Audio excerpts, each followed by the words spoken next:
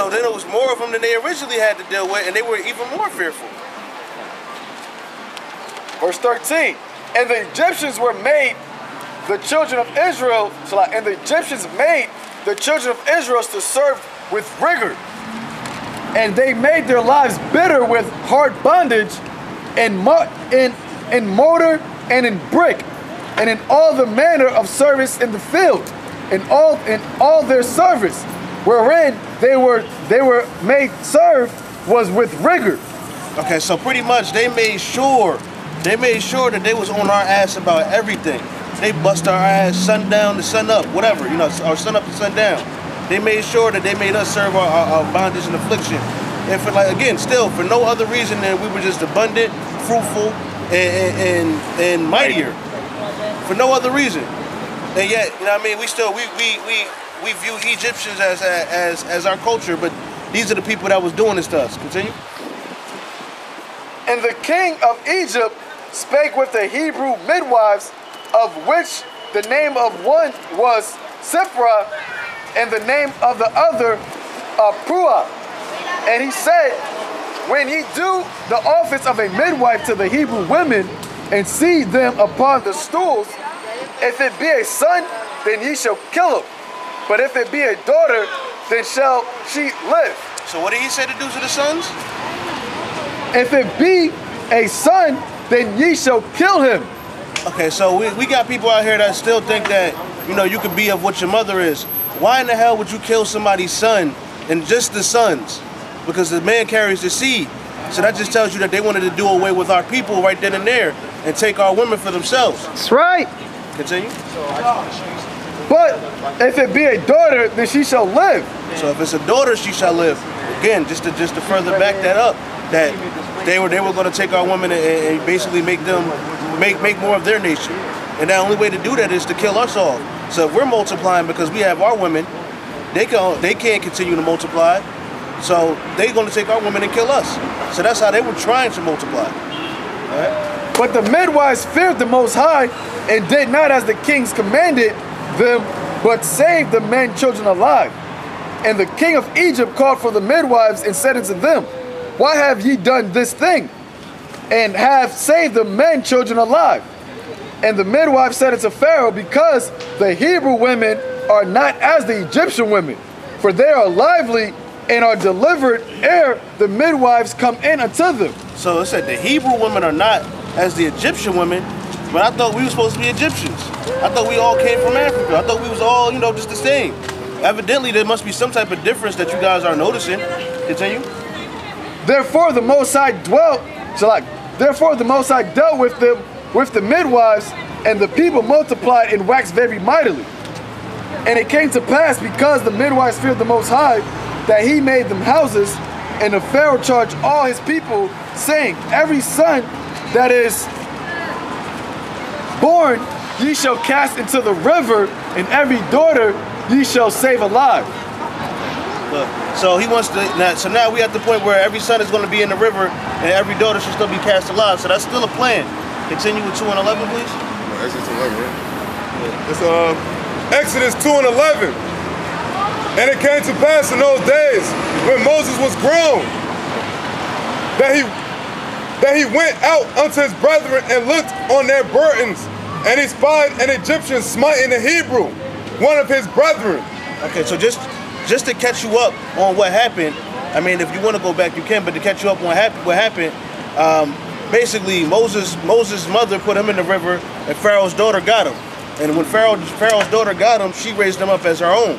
So Moses was never an Egyptian, but that tells you that he had to look like one, or they looked similar to each other. So we want to get to that in a moment too.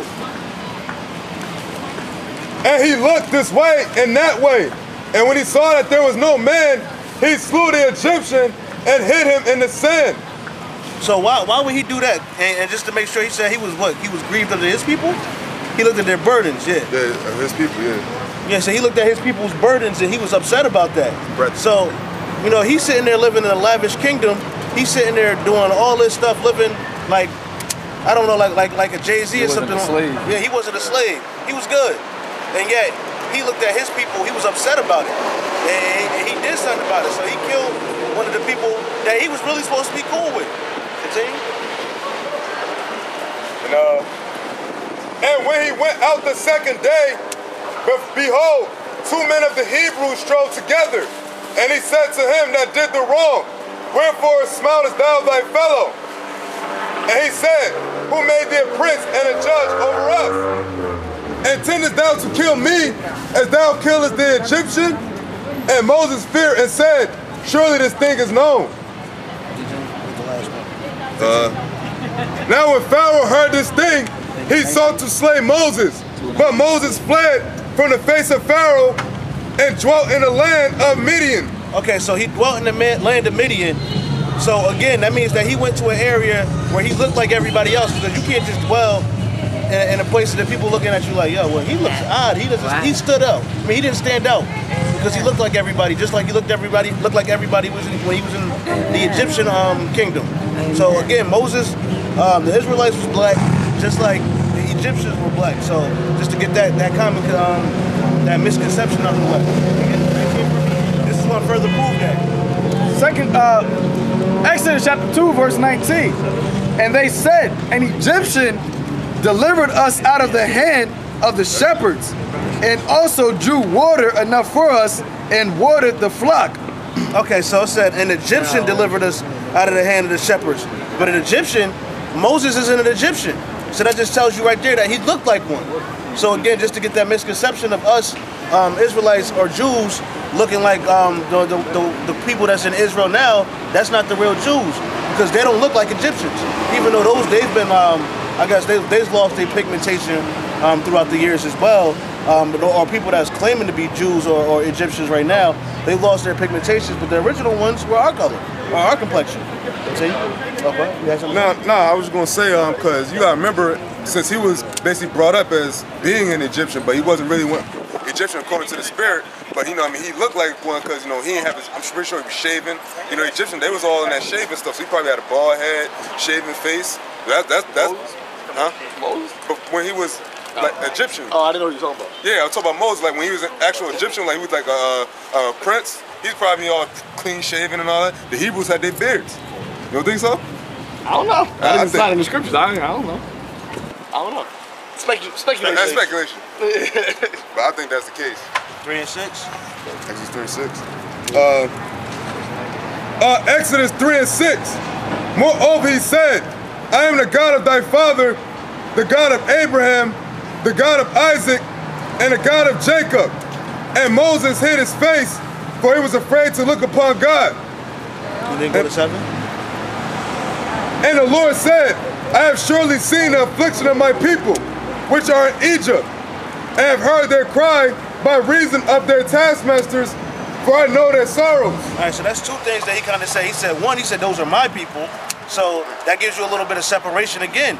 So he could have just said, the Egyptians is my people, and I mess with John too. It was no confusion on that. He said the affliction of my people, and he said they were of the God of Abraham, Isaac, and of Jacob. So that tells you right there that's coming through a seed, and that's coming through a particular type of people. So everybody can't come through that seed. Obviously, that's not for everybody. Continue on that. And I came down to deliver them out of the hand of the Egyptians, and to bring them up out of that land unto a good land, and a large unto a land flowing with milk and honey, unto the place of the Canaanites, and the Hittites, and the Amorites, and the Perizzites, and the Hivites, and the Jebusites. So pretty much he had something planned for them. So he's going to give them a better their own land. They weren't going to be slaves anymore, but obviously it's going to be something that's going to have to happen in order for that to occur. And I'm getting to this point just to go touch on what this brother was talking about earlier, is that we're going to start seeing some stuff that we're not going to be used to. We're going to be seeing some stuff that's going to scare us, and you got to be ready for that. Go down to 10. It's 10. Yeah, 9 and 10. Exodus 3 and 9. Now therefore, behold, the cry of the children of Israel is come unto me, and I've also seen an oppression whereof the Egyptians oppressed them. Come now therefore, And I will send thee unto Pharaoh, that thou mayest bring forth my people, the children of Israel, out of Egypt. All right, so pretty much again, that's my people, and he's going to bring them out of Egypt. And I just wanted to get 4 and 1. So Exodus chapter 4, verse 1.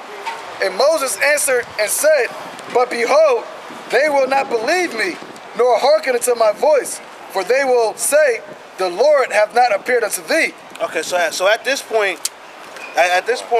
Moses has spoken to the Most High, or the Most High has spoken to Moses, and he's telling them to let these people know that, you know what I mean, I'm going to deliver you from this captivity. And it gets to what this brother was talking about earlier, how they won't believe. You know, our people don't fucking listen. They don't want to hear shit. So that's what I'm getting to right now. Let me make sure here. Did they go drop the 4 and 10? You got something to say? No, I got something for you when you're done. Go ahead. No, the scripture. Go ahead. Oh. The book of Jeremiah, chapter 7, verse 1.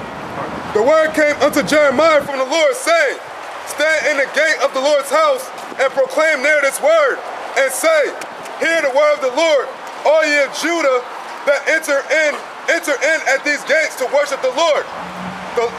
Thus saith the Lord of hosts, the God of Israel, amend your ways and your doings, and I will cause you to dwell in this place.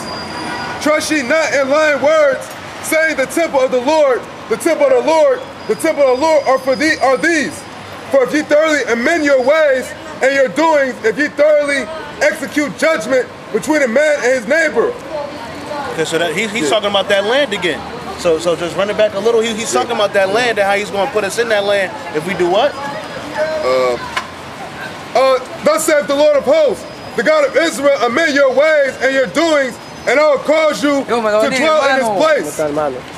Right, so he said amend your ways.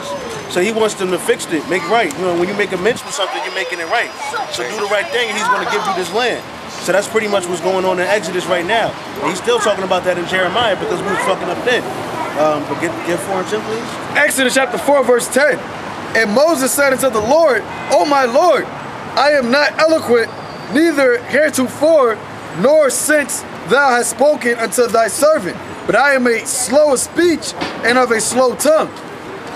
Run that back one more time. And Moses said unto the Lord, O my Lord, I am not eloquent, neither heretofore, no since thou hast spoken unto thy servant, but I am slow of speech and of a slow tongue.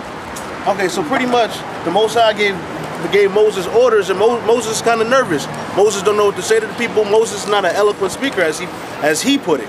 So he doesn't really want to talk, but the Most High got his back right there. But I just wanted this brother to get this precept just to do this, because this is actually going to help other brothers speak too while we at it. Go ahead.